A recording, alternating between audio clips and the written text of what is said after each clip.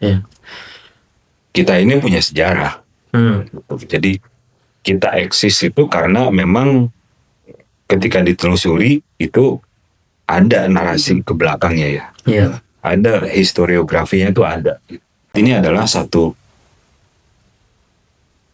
perjalanan menuju nanti ujung-ujungnya tuh akumulasi dari intelektualitas atau spiritualitas itu gitu. Oke. Jadi dia jadi satu basis gitu ya bahwa kita bisa eksis itu ya karena kita punya satu lini masa itu, dan kemudian kita ada satu perkembangan eksponensial seperti itu.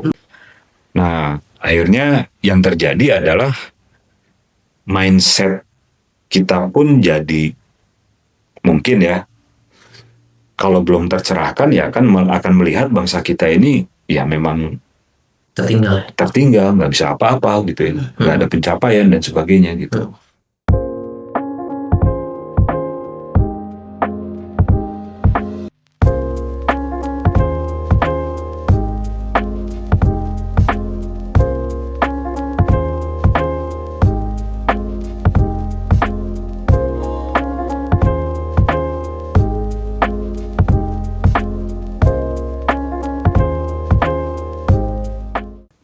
Halo Komrek, kembali lagi bersama podcast Center East, podcastnya anak-anak muda. Di kesempatan kali ini kita akan melanjutkan pembicaraan kita, seperti di episode sebelumnya. Kita masih akan mengupas apa isi dari buku Estetis, Rasionalitas Kehidupan Berbangsa dan Bernegara. Kali ini kita kembali lagi bersama Pak Ruli, penulis buku tersebut. Bagaimana Pak? Masih dengan semangat yang sama seperti sebelum-sebelumnya? Insya Allah. Insya Allah. Jadi dulu para founding fathers kita, para pejuang kita untuk kembalikan bangsa kita, nyawa begitu Pak ya, nyawa dipertaruhkan untuk memerdekakan satu identitas, satu nama, yaitu bangsa Indonesia pada tanggal 17 Agustus 1945. Nah, ada banyak pertanyaan menarik. Kenapa pada saat itu kita bisa solid, bisa kompak gitu? Apa yang ada di jiwa para pejuang pada saat itu? Nah, pertanyaan-pertanyaan seperti itu, ataupun mungkin teman-teman semuanya memiliki pertanyaan lain, bagaimana proses-proses di kemerdekaan kita pada saat itu gitu. Nah, untuk itu kita akan masuk ke pembahasan bab 2 di buku Estetis. Di sini nanti teman-teman kalau ada yang berminat dengan bukunya untuk membaca lebih lanjut bisa hubungi kita ya. Di bab 2 ini Pak, kita membahas tentang eksistensi bangsa Indonesia. Nah, berarti di sini bangsa Indonesia itu bukanlah bangsa yang tiba-tiba ada gitu.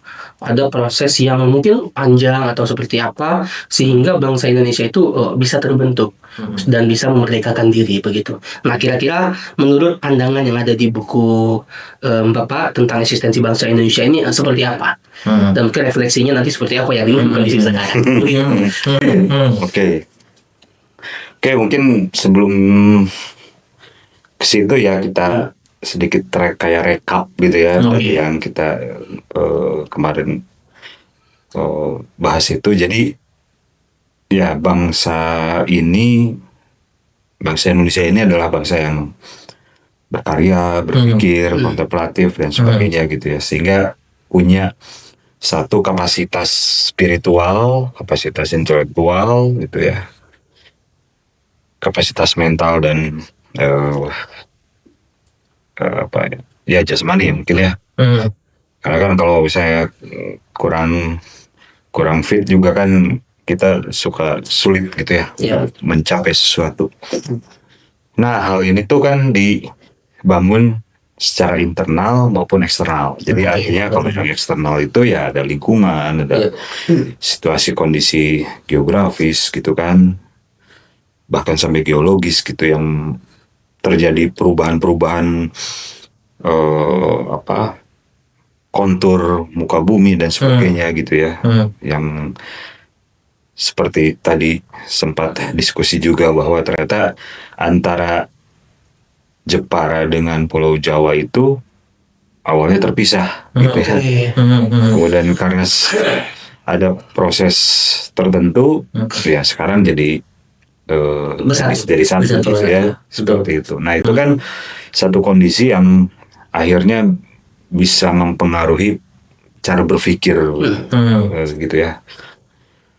Nah di samping itu juga ya tadi ya karena kita bangsa yang berkarya dan sebagainya, kita punya artefak dan segala macam gitu, artefak kebudayaan. Nah artinya kan di sini ada satu proses translasi lah ya, Iya. gimana proses kita menginternalisasi lingkungan, kemudian mengeksternalisasi gagasan dan sebagainya gitu. Nah itu yang kemudian mengakibatkan apa ya, banyaknya artefak budaya dan itu ternyata menjadi satu repositori ya. Jadi bangsa kita ini nggak hanya membuat manuskrip gitu ya sebagai, kalau misalnya kita kan bikin hukum manuskrip itu sebagai repositori pikiran kita gitu ya, pengembangan kita gitu. Tapi ya disimpannya tuh dia di artefak gitu ya, bahkan di alam pun itu bisa disematkan gitu ya pemahaman-pemahaman itu, sehingga ada beberapa daerah mungkin yang penamaannya itu merupakan satu simbolisasi dari entah dari satu peristiwa apa atau apa gitu ya, kayak gitu. Dan itu ya sempat juga jadi pertanyaan juga, gimana nih upaya untuk melindungi gitu ya. Kalau kemarin kan bagaimana ini seolah-olah cluster gitu ya, si artefak itu ada di mana-mana, tapi ada keterkaitan sebetulnya. Nah, ada nggak upayanya? Ya, kalau dari pengalaman saya sih, upaya untuk menyelamatkan, melindungi, ya, terus kemudian menggali di balik wujud fisiknya itu ada gitu ya. Itu banyak upaya-upayanya gitu. Tapi untuk mementakkan itu menjadi sesuatu yang sinergis, nah itu yang saya kira belum ya, saya belum menemukan lah minimal gitu ya. Ada tapi mungkin belum optimal mungkin gitu kan, belum walaupun siapapun itu yang melakukannya ya, baik dari pihak entah itu pemerintahan atau non pemerintahan ya, governmental atau non governmental agency, itu ya belum optimal kalau saya itu ya. Mungkin kalau misalnya belum ada terlalu ekstrim ya belum optimal. Seperti itu. Nah terus pertanyaannya apa hubungannya ini dengan eksistensi kita gitu ya gitu. Nah ini sebenarnya kembali lagi ke persoalan yang sempat sebelumnya dibahas, yaitu terkaitannya dengan satu lini masa ya. Lini masa. Kita ini punya sejarah. Jadi kita eksis itu karena memang ketika ditelusuri itu ada narasi ke belakangnya ya. Ada historiografinya itu ada. Nah, kalau saya sempat menyinggung bahwa dalam satu lini masa itu ada momentum-momentum ya. Bukan hanya momentum, pastinya ya. Pasti ada, entah dalam satu momentum itu ada pencapaian gitu ya, ada pengalaman, pencapaian spiritualitas, intelektualitas dan sebagainya lah gitu. Nah, karena ini lini masa, terus ada momentum gitu. Apakah ini hanya satu pemetaan aja atau memang ada satu perkembangan eksponensial gitu ya? Ada satu akumulasi dan ternyata dalam pandangan kami gitu ya, antara saya dan Pak Adit itu melihat ini adalah satu perjalanan menuju nanti ujung-ujungnya tuh akumulasi dari intelektualitas atau spiritualitas itu gitu. Jadi misalnya saat ini entah pada zaman apa berhasil menemukan apa, membuat apa gitu ya, kemudian pada waktu berikutnya berhasil apa. Nah itu tuh sebetulnya terjadi satu akumulasi, entah itu pengetahuan atau apa gitu ya. Jadi bukan yang setelah dapat ini udah amnesia gitu ya, terus bikin lagi dapat sesuatu amnesia gitu, enggak. Tapi kita ini punya kemampuan akumulasi itu gitu ya, sehingga yang terjadi ya kalau linearnya itu, kalau lini masa kan linear, tapi pencapaiannya itu ya kalau eksponensial ya dia ke atas gitu ya. Ada ininya gitu, ada satu hal yang jadi pakemnya, oh iya kita ini seperti ini gitu, kita ini punya punya sesuatu, punya potensi gitu ya, sehingga kalau misalnya dilihat gitu, masing-masing itu pasti punya representasi siapa pembuatnya, di mana itu dibuat, dan lingkungan seperti apa yang mendukung untuk itu si artefak itu gitu ya. Nah itu yang menurut saya sih menjadi menarik ya, artinya membaca lini masa itu bukan hanya membaca secara linear aja gitu ya. Secara diakronik kita baca, oh ternyata ada sesuatu gitu ya. Nah tapi tugas kita tuh sebetulnya bukan hanya membaca secara diakronik, tapi secara tadi eksponensial itu. Ya. Nah, apa yang kemudian bisa kita simpulkan ya, kemarin saya sempat singgung itu, bahwa kita ini bangsa yang meruang dan mewaktu. Bangsa yang meruang dan mewaktu. Gitu. Jadi kita ini eksis sekaligus esensial. Ya, jadi kalau saya sederhananya bahwa kalau sesuatu yang diakronik itu adalah eksistensial gitu ya. Nah, kalau yang sinkronik itu adalah esensial. Ya, gitu. Itu sebenarnya sih yang menurut saya jadi satu basis gitu ya, bahwa kita bisa eksis itu ya karena kita punya satu lini masa itu, dan kemudian kita ada satu perkembangan eksponensial seperti itu. Jadi ketika kita menyimak ada lini masa bangsa Indonesia atau lini masa kita, ada juga perkembangan eksponensial, di mana sebelum kita sebut saja ada pertemuan kedua belah titik itu akan menghasilkan sebuah momentum gitu kan. Nah, di mana momentumnya ini bisa jadi ada sebuah potensi di zaman itu gitu, di mana potensinya itu dimaksimalkan begitu. Dimaksimalkan sehingga itu bisa menjadi karya pada saat itu, entah berbentuk artefak, entah berbentuk peristiwa atau apa begitu.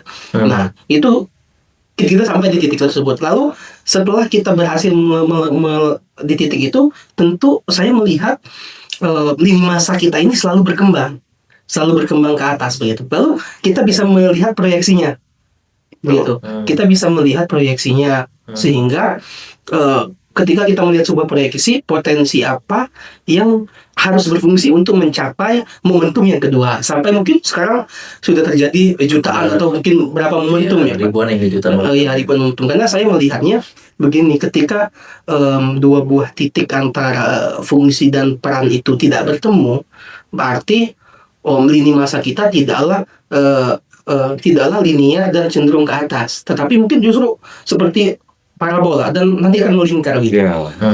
Stagnan ya. Stagnan gitu. Tapi kan kita tidak begitu. Nah, kira-kira seperti apa?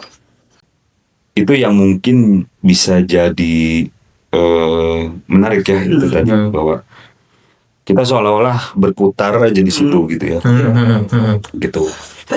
Nah, ini sebetulnya berkaitan dengan upaya-upaya dari luar untuk memandang bangsa sendiri secara keliru. Oke. Ya.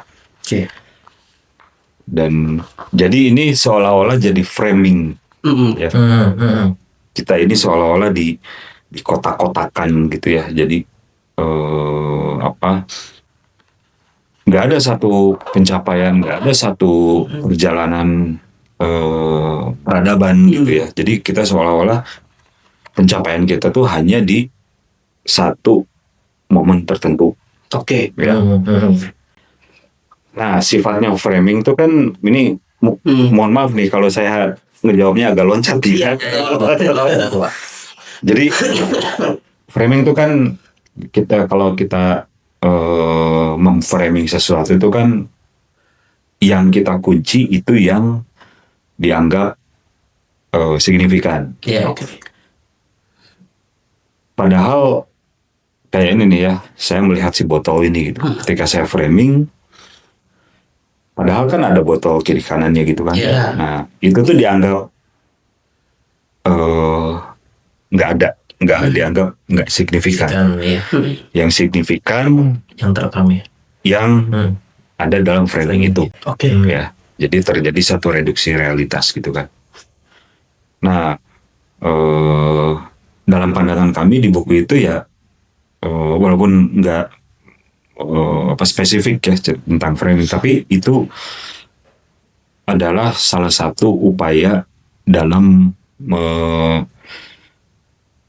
membangun satu persepsi yang keliru tentang bangsa kita sendiri. Jadi jadi seolah-olah kita nggak punya pencapaian apa-apa gitu ya. Betul. Jadi bahwa ketika ada satu isu yang dibawa dari luar seolah-olah jadi dewa penyelamat gitu. Iya ya, kita ini primitif. Oh iya ya, kita ini belum bisa mencapai sesuatu gitu ya. Sehingga ketika ini ada teknologi baru apa segala macam ya, dengan mudah diadopsi gitu ya. Dan ternyata hasilnya pun kurang baik gitu. Ya contoh misalnya di teknologi pertanian misalnya kan itu banyak sekali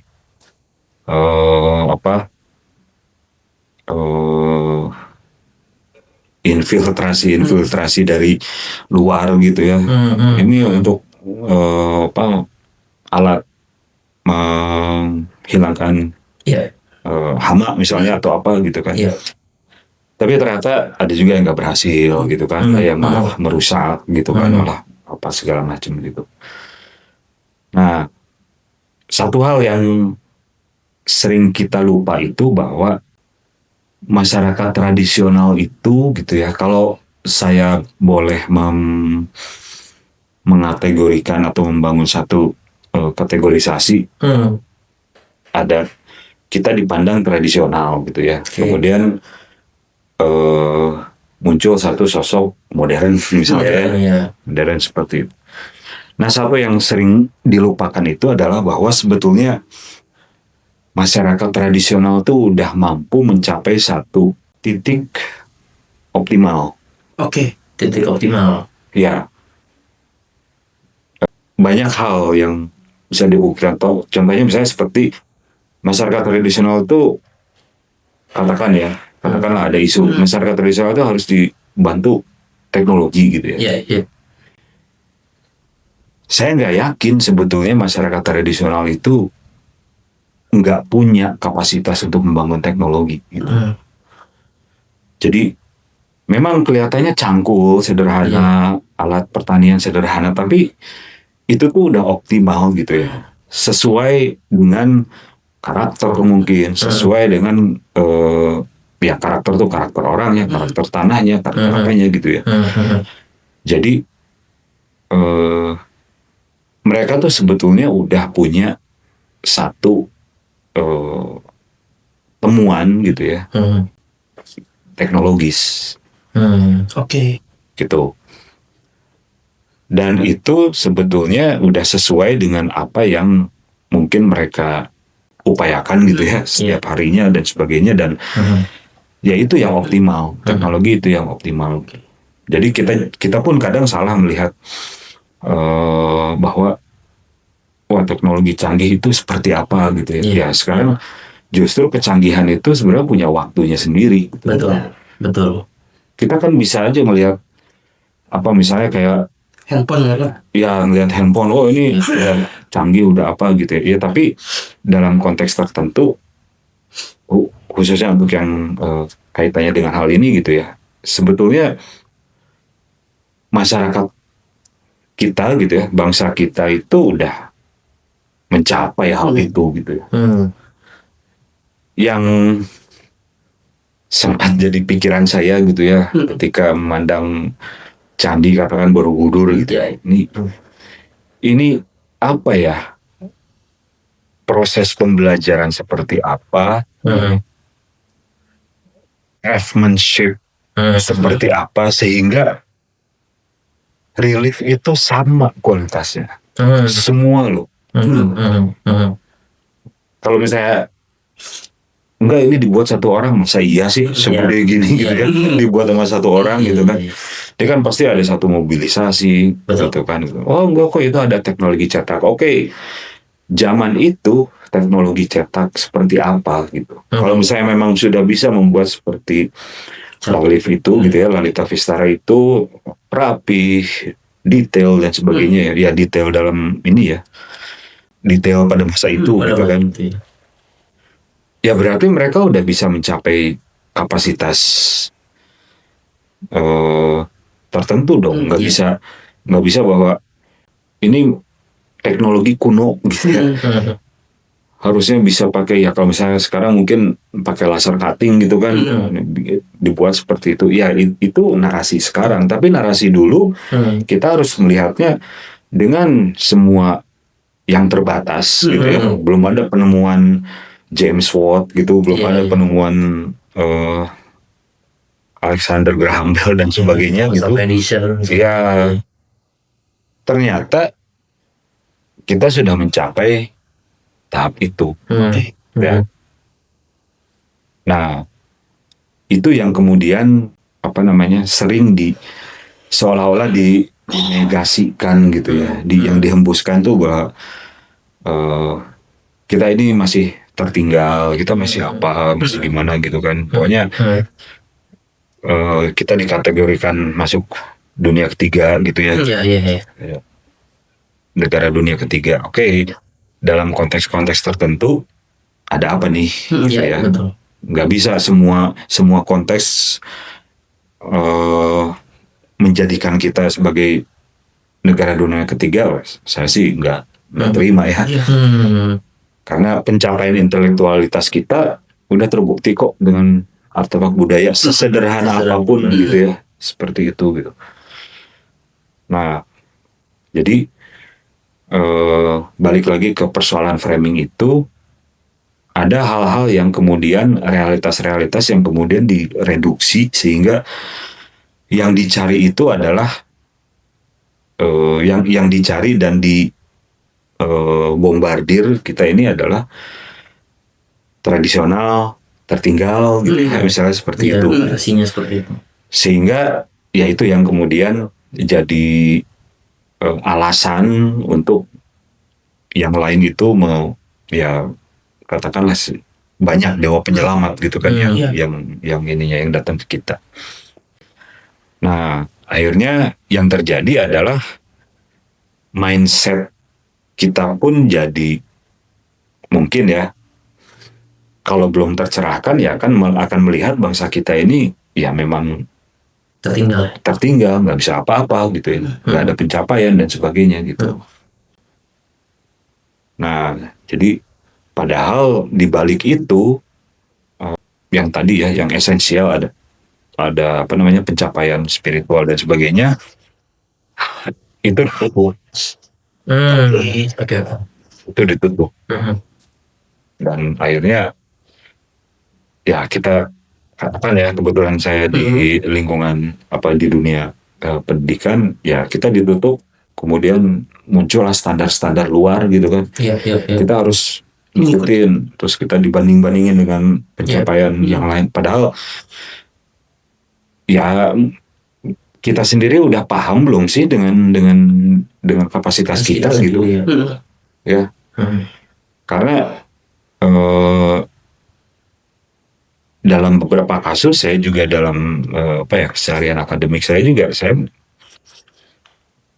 sering gitu ya mengeksplor gitu ketika ada mahasiswa yang kesulitan itu ya nggak bisa kita justifikasi langsung bahwa dia itu tidak capable gitu ya, nggak mampu apa segala macam. Jangan-jangan dia sebetulnya punya potensi yang lain nih gitu kan. Ya gimana caranya ya kita harus korek, kita harus komunikasi seperti apa gitu kan.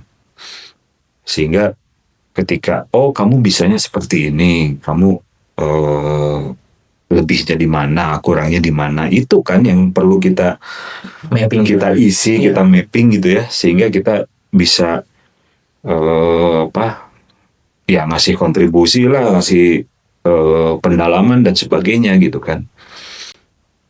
Nah itu yang kemudian jadi salah satu upaya dalam, kalau misalnya di buku itu saya tulisnya penghancuran bangsa.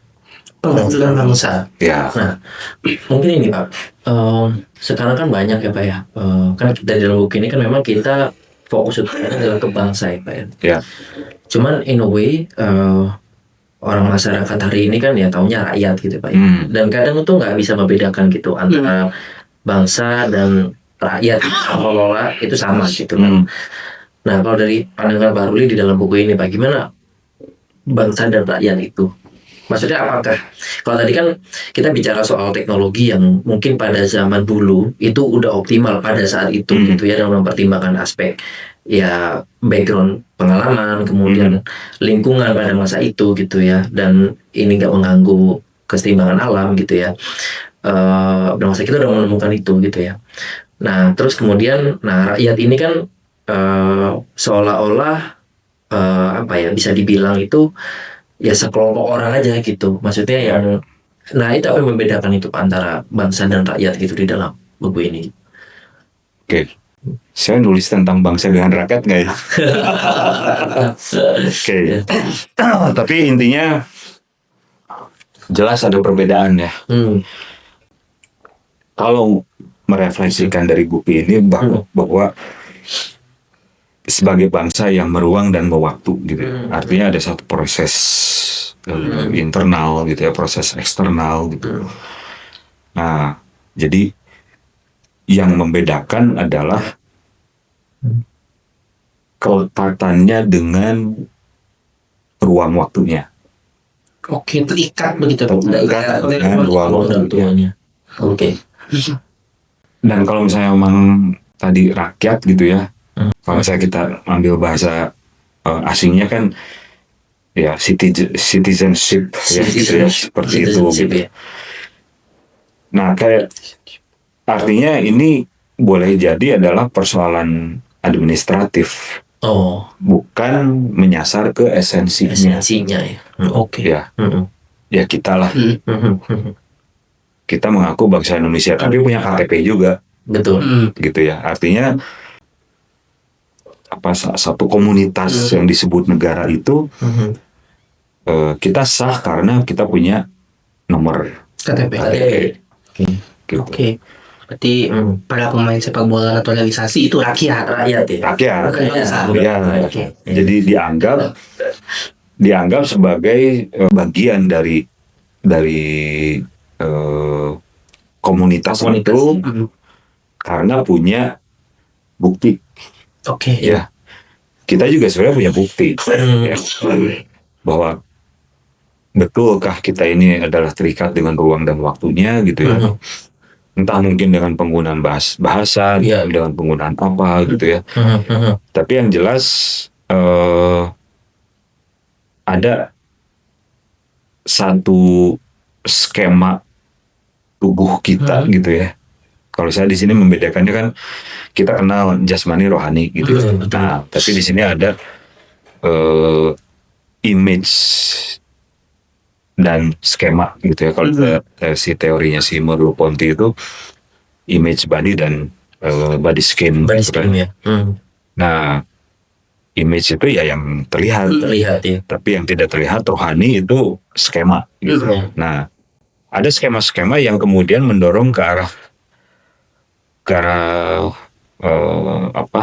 penunjukan ini ruang waktunya dari mana nih, Oke. gitu. Hmm. Nggak hanya itu, binatang pun punya gitu ya. Iya. Mungkin lebih gamblang yang binatang kali ya. Jadi misalnya dia berperilaku apa ya karena memang secara genetik dia memang berasal dari satu daerah tertentu. Iya. Contohnya misalnya seperti yang sering diungkapkan oleh Pak Adit ya. Kebetulan beliau punya kucing jenis Maine Coon gitu. Airnya harus air es. Oke. Gitu. Karena memang ya mereka itu dari daerah yang dingin gitu ya. Betul. Udah jelas air, tapi dia masih Iya. dikocek-kocek seolah-olah mungkin gitu ya di imajinasi Atau sebagai kucing gitu kan itu ada entah itu ada salju atau apa ada gitu. memori. Iya, gitu. Memori ya. Ya dia korek baru di balik salju itu ada air gitu ya, baru dia korek, nah ketemu si airnya baru dia minum gitu. Nah mungkin kita juga sama, misalnya ada apalah gitu ya, misalnya selera makanan atau apa yang misalnya bisa membedakan, yang bisa bikin kita ingin merasakan kembali ketika misalnya kita ada di daerah tertentu atau apa gitu ya. Bahkan mungkin kita bisa mendeteksi bahwa ini makanan ini bumbunya asli dari satu daerah tertentu atau ini adalah hanya dari daerah lokal gitu kan. Ya itu buat saya salah satu bentuk sederhana dari keterikatan ruang tadi ya. Gitu. Nah kalau usaha rakyat sebetulnya ya citizenship gitu ya. Nah, kita jadi hanya bagian aja dan sifatnya administratif, nggak ada esensinya, nggak ada apa lah. Gitu. Berarti rakyat itu ahistory berarti Pak. Iya. Bisa juga sih. Histori kan dengan yang lain. Berarti rakyat itu histori ya. Tiba-tiba datang di batu ada gitu. Itu tiba-tiba ada. Ya. Dan ya asik juga ya. Istilah histori itu gitu. Jadi kayak mereka ada itu membuat timeline sendiri. Betul. Iya, betul. Jadi ini kita bangsa Indonesia nih punya timeline kan. Terus tiba-tiba saya pindah, saya bikin cerita sendiri gitu. Iya. Dari sini mas. Iya. Cabang dari itu ya. Betul. Iya. Tapi celakanya yang bikin lini masa yang baru ini lama-lama jadi lebih mengakui yang gitu. Gara-gara ya tadi ya saya bermodalkan nomor KTP dan sebagainya, terus saya udah lama di sini, buyut saya, kakek saya apa segala macam udah di sini, ya tiba-tiba mengaku lah gitu ya. Gitu. Ya ini bukan apa ya, bukan seperti proses kalau misalnya di luar negeri kan ada ini ya, ada satu proses sebelum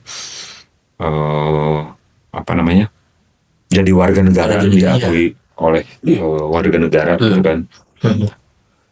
Nah artinya kan Anda bisa jadi warga negara tapi Anda harus stay dulu sekian lama. Kemudian Anda kalau misalnya cukup umur harus wajib militer misalnya, harus apa. Semua itu terpenuhi ya baru gitu ya. Kayak misalnya ada program residence gitu ya. Permanent residence. Udah PR belum misalnya, udah apa segala ya, itu kan artinya ada satu proses yang dijalankan sebelum menjadi warga negara. Kayak gitu. Menarik, kita balik lagi ke lini masa ini Pak. Jadi tahun 1928 itu kan adanya sebuah peristiwa yang kita sebut sebagai Sumpah Pemuda. Ya. Ini kan momentum. Bagaimana momentum Sumpah Pemuda bisa ada? Nah, kalau kita bisa lihat, nanti tolong ditambahkan kalau data saya kurang begitu ya.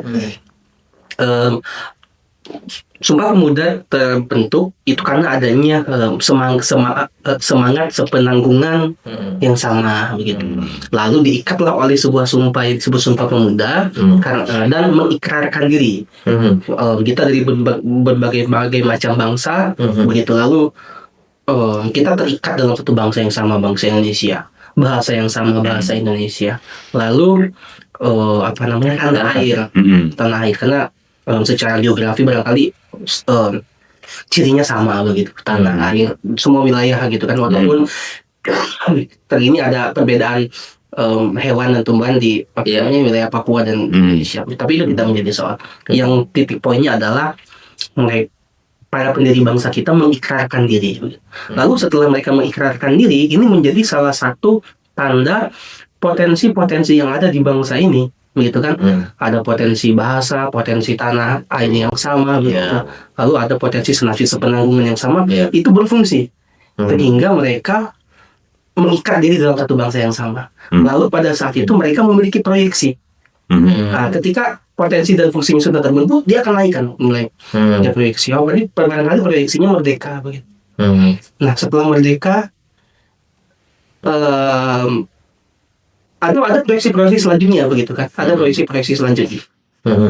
Tapi saya melihat begini, dalam praktik sekarang Pak, ada ketidaksesuaian antara proyeksi yang diinginkan oleh para founding fathers yang tergambar di pembukaan Undang-Undang Dasar 1945 tentang bagaimana cara kita bernegara atau bagaimana atmosfer bernegara kita begitu.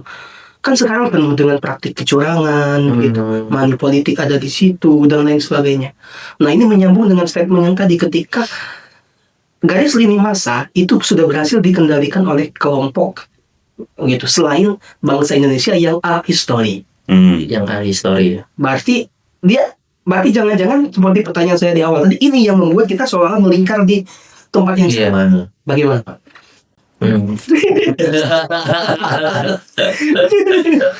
Wah, ini keren juga menjebaknya nih.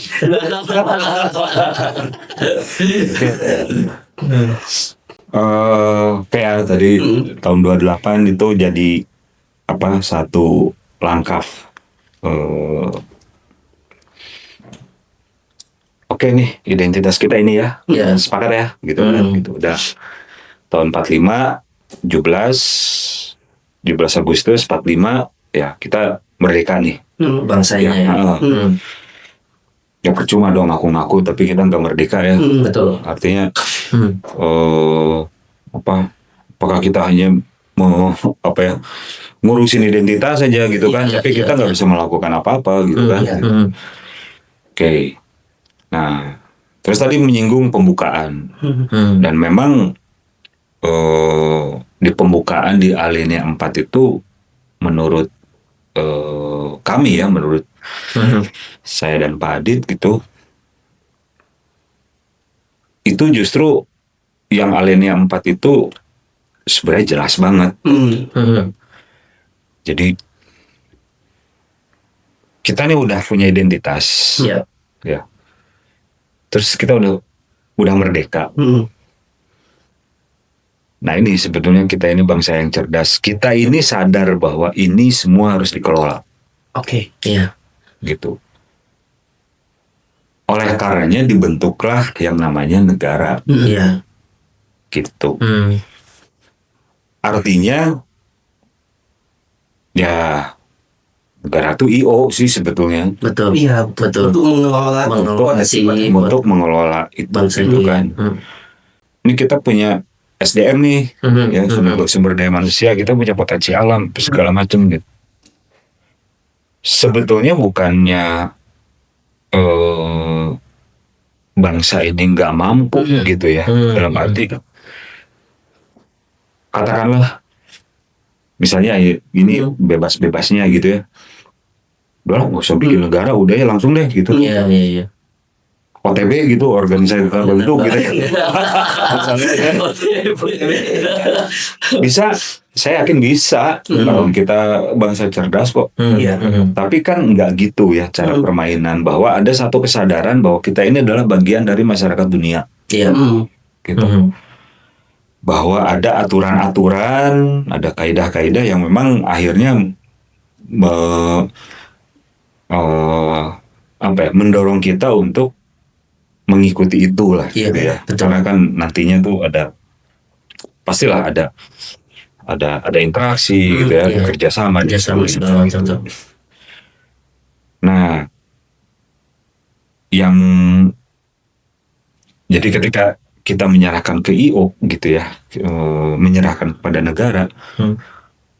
Nah, yang jadi pertanyaan kan seberapa utuh si negara itu atau pelaku-pelaku, katakanlah para negarawan ini memahami bangsanya. Oke.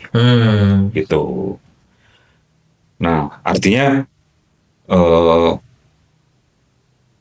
udah pasti lah negarawan tuh, karena mereka udah banyak belajar, udah apalah segala macam, bahkan dari sempat menyerap ilmu dari luar juga, kemudian masuk ke sini ya. Oke, tapi tetap yang namanya pengelolaan gitu ya, namanya juga tata kelola gitu ya. Pasti ada harus ada upaya-upaya untuk tadi ya saya sempat sebut, mentranslasikan apa yang menjadi kebutuhan dasar dari si bangsa ini. Oke. Gitu. Artinya nggak langsung bahwa oke, semua misalnya ya, kita bayangkan tidak ada batas-batas provinsi misalnya ya, gitu. Nah, ketika saya datang dari mana, saya punya ilmu tertentu, oke, saya datang langsung di peta-peta aja gitu ya. Ada provinsi A, B, C, D, dan sebagainya gitu. Nah, secara administratif teoritis itu mungkin benar, tapi belum tentu itu baik sesuai dengan potensi bangsanya. Oke. Gitu. Apalagi kalau misalnya kita ya balik lagi ya ke persoalan etik ya, persoalan etika gitu. Etika itu kan mempersoalkan baik buruk, gitu kan, seperti itu. Nah, ada juga yang ada satu pandangan gitu ya, dari pandangan konsekuensialisme gitu ya, konsekuensialisme, bahwa oke, udah baik nih, tapi konsekuensinya malah buruk. Itu pun bisa dianggap nggak etis sebetulnya. Jadi udah baik kok, udah sesuai teori nih, negara begini, udah diatur seperti ini segala macam. Tapi malah misalnya gitu ya, kayak kita sempat mengenal istilah munculnya raja-raja kecil gitu ya, gara-gara otonomi daerah dan sebagainya gitu. Ya, saya sih positive thinking aja bahwa otonomi daerah itu memang punya satu tujuan gitu ya, untuk memberdayakan daerah. Tapi ketika efeknya itu muncul satu tadi ya, munculnya malah jadi muncul raja-raja kecil dan sebagainya, ya itu jadi nggak baik juga gitu. Nah, jadi saya kira ini ada satu ya persoalan di yang tadi ya, bahwa si para negarawan ini mungkin lupa. Mungkin lupa ya gitu ya. Saya nggak ngomong negatif terlalu kencang lah gitu. Anggap aja lupa gitu ya, sehingga pengelolaannya itu seolah-olah saya punya kuasa penuh gitu. Betul. Jadi gini. Kan saya lebih tahu, kan saya lebih ini, kan saya yang dapat tugasnya gitu kan. Ya. Tapi malah menjauhkan antara kesejahteraan bangsa dengan kesejahteraan kelompok tertentu gitu. Jadi saya kira salah satu persoalannya adalah di situ gitu. Nah, tadi kan berarti kan melihat apa yang tadi tercermin di dalam pembukaan dan melihat apa yang terjadi di kita itu kan sangat kontras ya Pak ya, bagai X plus sama minus X gitu. Jadi ya kayak seolah-olah ini kok malah bertabrakan nih gitu ya, kok malah berseberangan gitu ya, kok tidak align gitu dengan apa yang sesuai dalam pembukaan. Nah, bisa dibilang juga di dalam pembukaan itu kan ada tercermin beberapa butir pengelolaan negara itu harus berdasarkan kepada gitu ya Pak ya. Ada beberapa butir gitu ya. Nah, kalau ini kan ada butir-butir di situ tertulis yang berketuhanan, berkemanusiaan, dan sampai berkeadilan sosial gitu ya. Nah, sebenarnya azas itu kan memang disampaikan gitu ya. Azas itu disampaikan dalam undang-undang itu atas pembahasan yang sebelumnya oleh para founding father, gitu kan. Nah, sebenarnya kalau dari yang mungkin aku sedikit reload ke belakang gitu ya, sebenarnya azas ini tuh apa gitu? Maksudnya sebuah bangsa bisa terbentuk itu kan tadi mungkin karena ada rasa penanggungan yang sama dan lain sebagainya, dan itu sebenarnya apa kalau azas bangsa kita itu sebenarnya Pak? Oke. Ya, jadi dari pembicaraan kita yang sebelumnya kita sepakat ya bahwa perjalanan peradaban bangsa ini tuh membentuk satu repositori kecerdasan gitu ya, pencapaian-pencapaian yang oke lah gitu. Nah, itu kan sebetulnya